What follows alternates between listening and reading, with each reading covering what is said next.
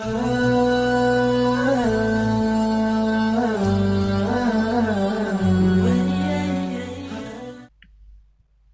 و نصلی علی رسولہ الکریم۔ ایک ساتھی کا سوال ہے، سوال کے اندر کچھ شقیں ہیں۔ پہلا نمبر سوال ہے کہ خلا کا شریعت میں کیا حکم ہے۔ دوسرا سوال ہے خلا کی عدت کی کتنی مدت ہے۔ تیسرا سوال ہے کہ خلا کی عدت شوہر کے گھر گزارنے کا کیا حکم ہے۔ اور چوتھا سوال یہ ہے کہ خلا کے بعد بغیر کسی اور کے نکاح میں آئے سابقہ شوہر سے نکاح ہو سکتا ہے یا نہیں۔ اور پانچواں سوال یہ ہے کہ عدت گزارنے کا طریقہ کیا ہے، کیا کیا کرنا جائز ہے اور کیا کرنا منع ہے۔ الجواب حامداً و مسلیاً اما بعد۔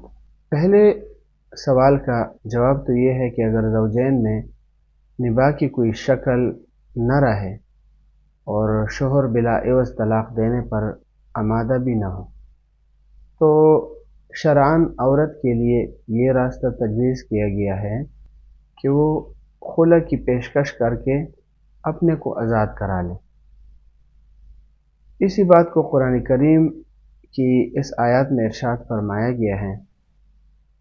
اعوذ باللہ من الشیطان الرجیم، بسم اللہ الرحمن الرحیم۔ وَلَا يَحِلُّ لَكُمْ أَن تَأْخُذُوا مِمَّا آتَيْتُمُوهُنَّ شَيْئًا إِلَّا أَن يَخَافَا أَلَّا يُقِيمَا حُدُودَ اللَّهِ فَإِنْ خِفْتُمْ أَلَّا يُقِيمَا حُدُودَ اللَّهِ فَلَا جُنَاحَ عَلَيْهِمَا فِيمَا افْتَدَتْ بِهِ تِلْكَ حُدُودُ اللَّهِ فَلَا تَعْتَدُوهَا وَمَن يَتَعَدَّ حُدُودَ اللَّهِ فَأُولَٰئِكَ هُمُ الظَّالِمُونَ۔ سورہ بقرہ آیت نمبر 229۔ اس کا ترجمہ یہ ہے کہ تم کو یہ روا نہیں ہے کہ عورتوں کو دیا ہوا کچھ بھی مال ان سے واپس لے لو، مگر یہ کہ جب میاں بیوی اس بات سے ڈرے کہ اللہ تعالیٰ کے احکام پر قائم نہیں رہ سکیں گے۔ بس اگر تم لوگ اس بات سے ڈرو کہ وہ دونوں اللہ تعالیٰ کی حدود پر قائم نہیں رہیں گے تو ان دونوں پر کچھ گناہ نہیں ہے اس میں کہ عورت بدلہ دے کر چھوٹ جائے۔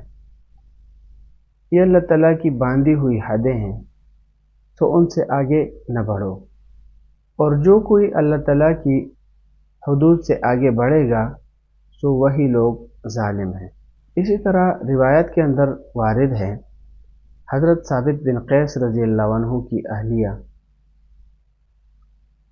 نبی علیہ السلام کی خدمت میں حاضر ہوئی اور عرض کیا کہ میں ثابت کے اخلاق اور ان کی دینداری کے بارے میں تو کوئی عیب نہیں لگاتی، لیکن مجھے ان کی ناقدری کا خطرہ ہے، اس لیے میں ان سے علیحدگی چاہتی ہوں۔ تو حضور صلی اللہ علیہ وآلہ وسلم نے فرمایا کہ انہوں نے جو باغ تمہیں مہر میں دیا ہے وہ تم انہیں واپس لوٹا دو گی؟ تو ان کی اہلیہ نے اس پر رضامندی کا اظہار کیا۔ تو پیغمبر علیہ السلام نے حضرت ثابت رضی اللہ عنہ کو بلا کر فرمایا، اپنا باغ واپس لے لو اور انہیں طلاق دے دو۔ یہ ابو داؤد شریف کی روایت ہیں، باب الخلا جلد نمبر 1 صفحہ نمبر 303، اور یہ تشریح تفسیر ابن کثیر کے اندر بھی موجود ہے۔ لہٰذا یہ بات بھی واضح رہے کہ شرعاً خلا صحیح ہونے کے لیے شوہر کا اسے قبول کرنا ضروری ہے، اور جب شوہر خلا دینے پر راضی ہو جائے اور خلا دے دے تو اس صورت میں عورت پر ایک طلاق بائن واقع ہو جاتی ہے۔ دوسرے سوال کا جواب یہ ہے کہ خلا کی عدت کے بارے میں تھا۔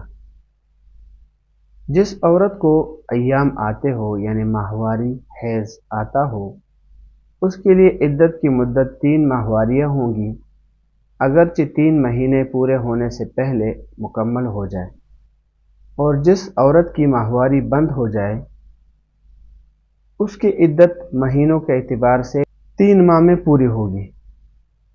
البتہ اگر عورت حاملہ ہو تو عدت بچے کی پیدائش پر ختم ہوگی۔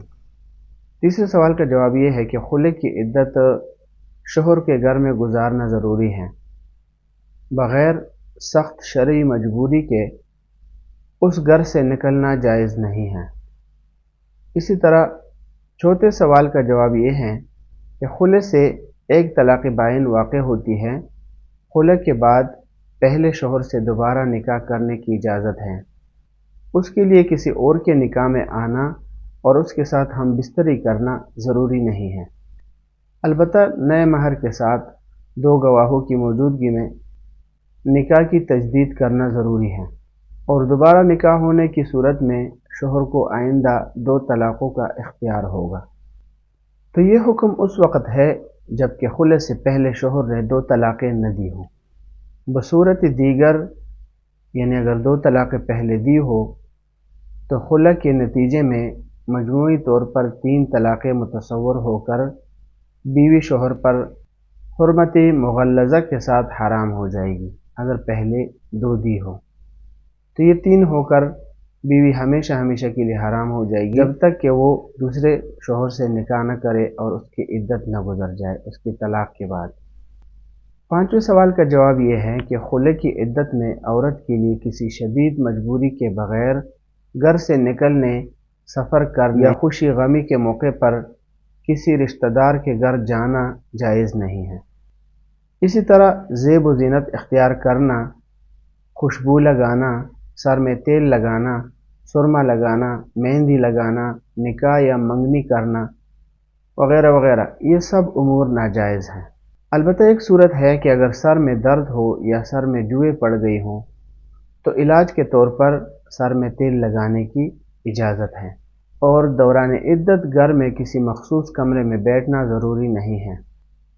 معتدہ یعنی عدت والی عورت پورے گھر میں گھوم پھر سکتی ہے اور گھر کے 4 دیواری میں رہتے ہوئے کھلے آسمان تلے بھی جا سکتی ہیں، اور بوقت ضرورت علاج معالجہ کے لیے ڈاکٹر کے پاس بھی جا سکتی ہیں، گھریلو کام کاج بھی کر سکتی ہیں۔ اسی طرح عدت کے دوران عورت کے لیے کسی اور جگہ نکاح کرنا جائز نہیں ہے، اور کسی مرد کو ایسی عورت کو نکاح کا صراحتاً پیغام دینا بھی جائز نہیں ہے جو پہلے سے وہ کسی اور شوہر کی عدت گزار رہی ہو، جیسے کہ بدائع ثناء میں ہے وَأَمَّا رُكْنُهُ فَهُوَ الْإِيجَابُ وَالْقُبُولُ لِأَنَّهُ عَقْدٌ عَلَى الطَّلَاقِ بِعِوَضٍ فَلَا تَقَعُ الْفُرْقَةُ وَلَا يَسْتَحِقُّ الْعِوَضَ بِدُونِ الْقُبُولِ، جلد نمبر 4 صفحہ نمبر 430۔ اسی طرح در مختار میں ہے وَهِيَ فِي حَقِّ حُرَّةٍ وَلَوْ كِتَابِيَّةً تَحْتَ مُسْلِمٍ تَحِيضُ لِطَلَاقٍ وَلَوْ رَجْعِيًّا أَوْ فَسَخَ بِجَمِيعِ أَسْبَابِهِ وَمِنْهُ الْفُرْقَةُ بِتَقْبِيلِ ابن الزوج۔ نہر الفائق کی عبارت ہے بعد الدخول حقیقتاً او حکماً اسقطه فی الشرح، جلد نمبر 3 صفحہ نمبر 504۔ وفی الہدایہ فی شرح بدایۃ المبتدی وعلی المعتدة ان تعتدی فی المنزل الذي يضاف الیہا بالسکنہ حال وقوع الفرقة والموت، لقوله تعالی لا تخرجوهن من بيوتهن والبيت المضاف إليها هو البيت الذي تسكنه، ولهذا لو زارت أهلها وطلقها زوجها كان عليها أن تعود إلى منزلها فتعتد فيه، وقال عليه الصلاة والسلام للتي قتل زوجها اسكني في بيتك حتى يبلغ الكتاب أجله، جلد نمبر 2 صفحہ نمبر 279۔ اسی طرح در مختار کا دوسرا حوالہ ہے جلد نمبر 3 صفحہ نمبر 536۔ اسی طرح حاشیہ ابن عابدین تیسرا حوالہ ہے جلد نمبر 3 صفحہ نمبر 440، اور یہی حوالہ یعنی عبارت اور تشریح بنایہ فی شرح الہدایہ اس کے اندر بھی موجود ہیں، اور فتاوی ہندیہ کا حوالہ ہے جلد نمبر 1 صفحہ نمبر 472۔ اسی طرح فتاوی ہندیہ کا دوسرا حوالہ ہے ماجدیہ چاپ ہے جلد نمبر 11 صفحہ نمبر 252۔ وما علینا الا البلاغ۔